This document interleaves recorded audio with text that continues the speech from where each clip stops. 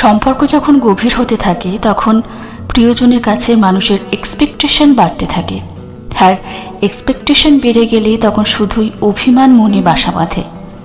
আস্তে আস্তে সেই অভিমানের পরিমাণ যখন মাত্রাতিরিক্ত হয়ে যায় তখন মানুষ শুধু প্রিয়জনের বিরুদ্ধে অভিযোগই করে। একটা সময় এই অভিমান আর অভিযোগ জমতে জমতে শুরু হয় প্রিয় মানুষটাকে হারিয়ে ফেলার ভয়। আর সেই ভয় থেকে মানুষ প্রিয় মানুষটাকে চোখের আড়াল হতে দিতে চায় না।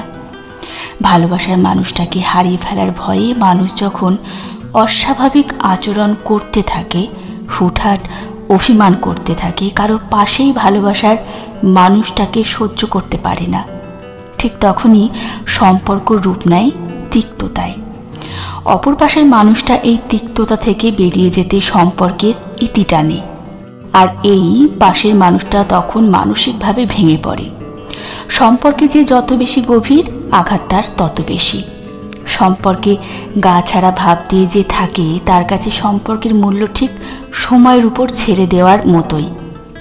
স্রোতের সাথে গা ভাসিয়ে দেওয়ার মতো করে সে সম্পর্কে থাকতে চায়, গভীর হতে চায় না। যার কাছে সম্পর্কের মূল্য বেশি সেই তো বেশি গভীর হয়, আর যে বেশি গভীর হয় সেই বেশি অভিমান করে এবং ভালোবাসার মানুষটাকে হারানোর ভয়ে বারবার মূর্ছা যায়। মানুষটাকে অন্য কারো পাশে দেখলে হিংসা জ্বলে পুড়ে নিজের ভেতরই শেষ হয়।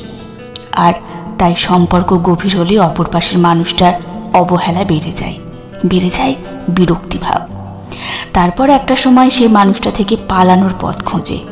মানুষ যাকে হারানোর ভয়ে এত পাগলামি করে সেই ভালোবাসার মানুষটাই একটা সময় সম্পর্কের শিকল থেকে বেরিয়ে যায় নিজের অজান্তে, নিঃশব্দে, অযাচিত কিংবা অপ্রত্যাশিতভাবে।